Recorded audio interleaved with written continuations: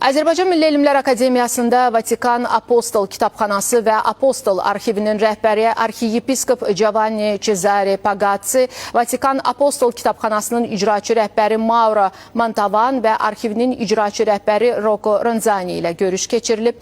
AMİA'nın prezidenti İsa Həbibbəyli bildirib ki, ötən il imzalanmış anlaşma memorandumu tərəflər arasında əməkdaşlıq üçün yeni imkanlar açıb. O, Vatikan Apostol Kitabxanası və Apostol Arxivində saxlanılan Azərbaycana dair sənədlərin öyrənilməsinin elmi tədqiqatlar üçün mühüm əhəmiyyət daşıdığını vurğulayıb. İlkin mərhələdə Vatikan arxivlərində qorunan Azərbaycana aid material və sənədlərin kataloqunun hazırlanması təklif olunub. Qonaqlar daha sonra AMİA'nın Məhəmməd Füzuli adına Əlyazmalar İnstitutunda saxlanılan qədim əlyazmalarla tanış olublar.